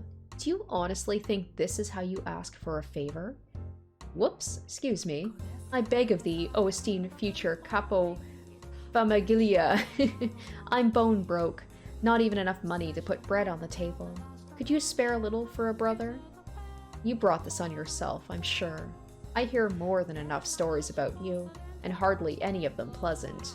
Drinking, gambling, debauchery. I'm humiliated to be in the same koska as you. You want to make money playing? You gotta learn the game first. Says the worm who played himself into oblivion. Now, do you honestly believe I'll give you anything? Oh, but you will. You got no choice. Koska rules. You're required to help a fellow countryman. Especially considering how few of us there are stranded on this colossal landmass.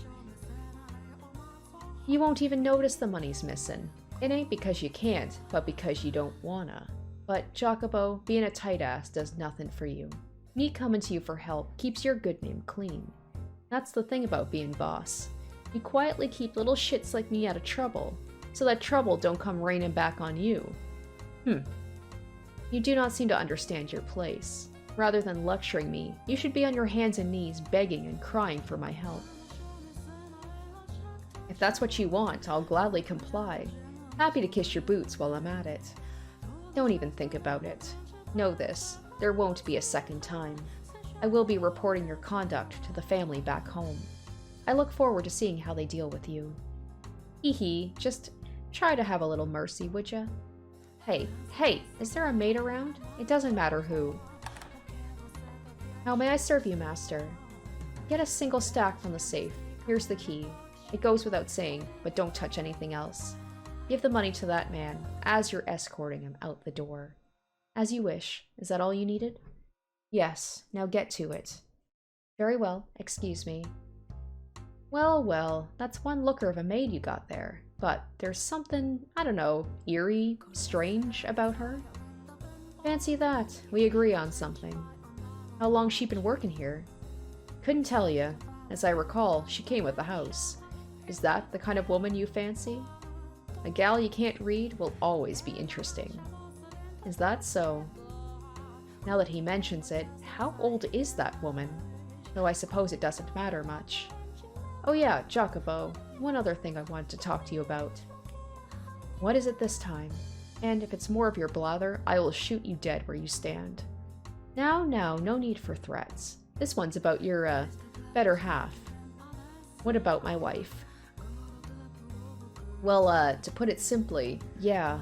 She came to me asking for advice, looking a little distressed. Really? That's surprising. My wife asked you for advice? Yep. From the sounds of it, you're pretty rough on the little lady. That just ain't right, man. You managed to snag yourself a broad that pretty, you ought to treat her at least a little better, you hear? She looks good with a smile. You gotta make her show it to you every once in a while. Why would she come to you about that? Don't ask me. Maybe she ain't got no one else to talk to. And, you know, for whatever it's worth, I am part of the same Koska. Guessing she thought I'd get through to you easier? Really, you just have to put a little more thought into how you act around her, and she'll be smiling for you like always. Oh yeah, I've got just the thing. Women love this stuff. I'm sure she'll be thrilled. I bet it's perfume. Is that perfume? Haven't you heard? Everyone's talking about it. I'm a big fan of the stuff, too. It smells great. Pretty girl smiles at you wearing some of this. Any man'd be love in an instant. You've never given her nothing fashionable before, have you? May look just like scented water, but you can't let that fool you. Go on, give it to her. You like a nice smelling lady, too, don't you? A little bit of scent can give a different flavor to your nighttime excitement. Hee hee. Vanilla. Well, I've said my piece, so I'll be taking my leave. Don't want to keep your maid waiting too long and get on her bad side. Hold on, Tomasco. Why would she? Make it last. That's all the advice your Uncle Tommy has for you. Ciao. Wait, Tomasco.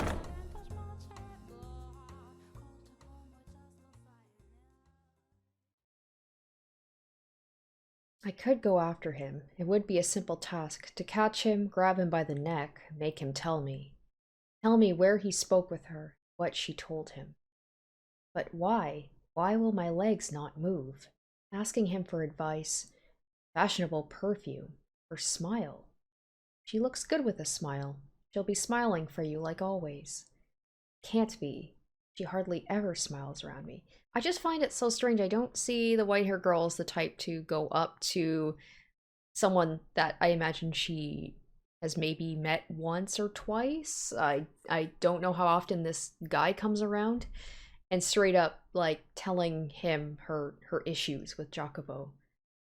But she'll smile for him. Last night when she was short of breath, having such a grand time wearing that perfume, getting ready to leave the house. Just who was that smile for? God, I hate to say this because I like Maria, but I mean, this game has kind of taught me to not take things at face value. Now I'm starting to maybe get the feeling like maybe Maria has like ulterior motives, whether she's in love with the white-haired girl. Did she lie about Jacopo being out that night so that they would she would get caught? I don't know. Like, I'm wondering if she really is just, if Maria is just friends with the white-haired girl and is just doing this for her sake and legitimately trying to make her life better, or if she has some, like I said, ulterior motive.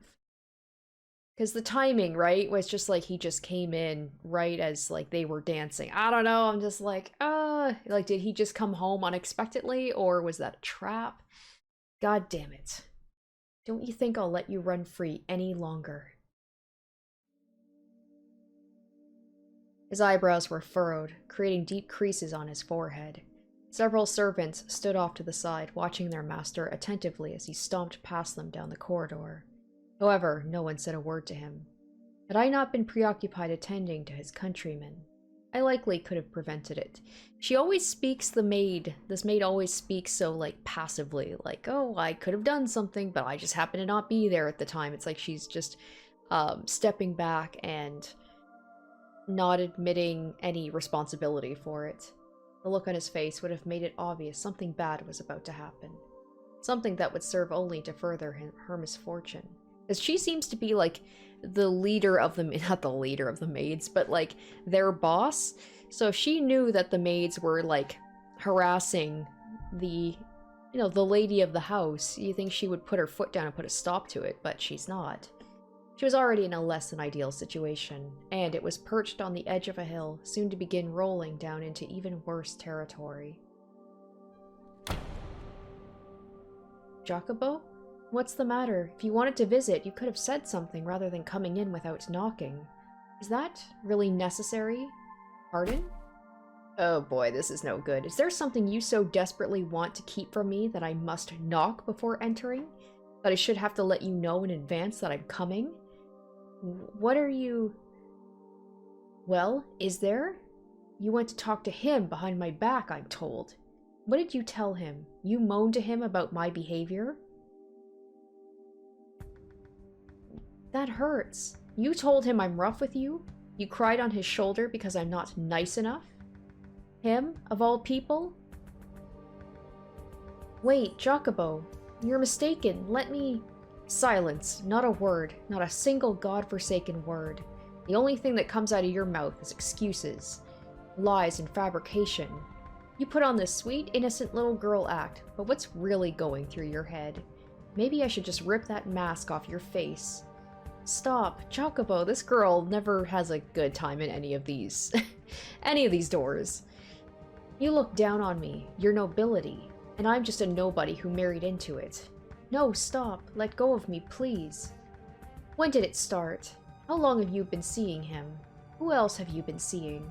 Covering yourself in fashionable perfume, and smiling, even though you never smile around me. Oh, you don't really give her a reason to smile, dude. Please, let me go.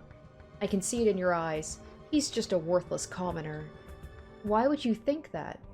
Why would you not listen to me? So, is this like... Because he obviously comes from, like... Not poverty, but, like, he came from... Maybe poverty. It seems like he built himself up, but he still seems to have, like, some shame about where he came from. Because, like, this guy that... This uncle, the supposed uncle who's all, like, dirty and stuff. Maybe he's not well off, and Maria, this girl that he must have grown up with, she probably, you know, the fact that she's his maid, maybe not well off either. So he kind of, like, it seems like he rose from nothing to having great wealth, but he still seems to be insecure about his status. You know, like, he thinks everybody's looking down on him, so he has to be extra pompous. Silence. It's all your fault. Every last thing. And why is it all the guys in these CGs, they have, like, their teeth, their canines, they almost make them look like vampires. And they have, like, really pale skin, like they all look like that. I tell you not to leave the house, but you do. I tell you to do as I say, but you ignore me. Every last thing you do drives me mad. I don't have time right now to deal with this. To rack my mind over you, over a woman. I don't have time for it. Why do you not do as I say? Do you not have enough already, huh? Will you not be satisfied until you've taken even my arms and legs? I've given you money, clothing, everything. You have an incredible life. You also take away her flowers and her happiness. Look around you. That life of luxury you and your parents wanted. It's right here. You have it. What more could you possibly want? Why do you insist on being unfaithful? Unfaithful? You think that what I'm doing is unfaithful to you? Oh, it's all like twisting and stuff? Ooh, this is creepy. How else should I describe it? You leave your room despite my ordering you not to. Don't think I don't know. When you came to the den the other day, you had your eyes on the other men. No, I did not. I had no such inclination to— Is the reason that he keeps her trapped in there is because he's, like, really jealous? It's just, once again, maybe it's just insecurity where he thinks that if she finds someone better than him, she'll leave him. Enough. Not another word from you. I have no interest in your excuses. If that's how you're gonna act, then say goodbye to your freedom. You're forbidden from leaving the mansion, or your room for that matter, or even speaking to the servants. Oh, I know what I'll do. I'll make you a new room. Too many people come in and out of this one. It'll be somewhere quieter, out of the way. You like the garden. How about I put you in there? Is he, like, just straight up, like, gonna put her, like, in a prison cell? It sounds like it. If you leave that room without my permission, like the shed, he's gonna shove her in, like, a garden shed? This time, I'll kill you. Well, this escalated. Why? Why will you not listen to me? Jacopo, the master of the house, likely loved the white-haired girl. Just hell of a way to show it. That is what I saw in their exchange. Normally, love is supposed to be a sweet, warm, wonderful emotion. It makes you care for, value that person even more than yourself. But it was the exact opposite for him. I never knew that love could be such a painful thing. How did his love end up so twisted? What did he expect to happen by confining and abusing the woman he loved? Perhaps he was conscious of that. To be human is to sometimes find oneself driven by uncontrollable internal impulses. A few days later, Jacopo dragged the white-haired girl from her chamber and led her outside. The garden she had once loved was now a thing of the past. It had become a dreary space, nary a rose in sight, and being taken there did nothing to improve her mood, only saddened her further. The cold gray piles of metal freckling the barren earth seemed to mock her. Her husband led her, the lady of the house, to a shed that had been repurposed into a Spartan living area. She begged and pleaded, but Jacopo would not have it. He shoved her into the sad little shack and locked the door.